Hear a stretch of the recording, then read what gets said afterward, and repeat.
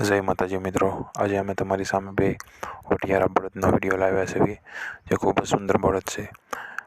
આ બળદ સાગરભાઈના છે।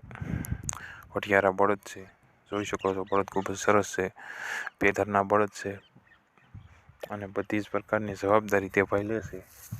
અને બળદની વધારે માહિતી જોઈતી હોય તો તે ભાઈનો નંબર આમાં આપેલો છે, તેની સાથે વાત કરીને વધારે માહિતી પણ તમે લઈ શકો છો।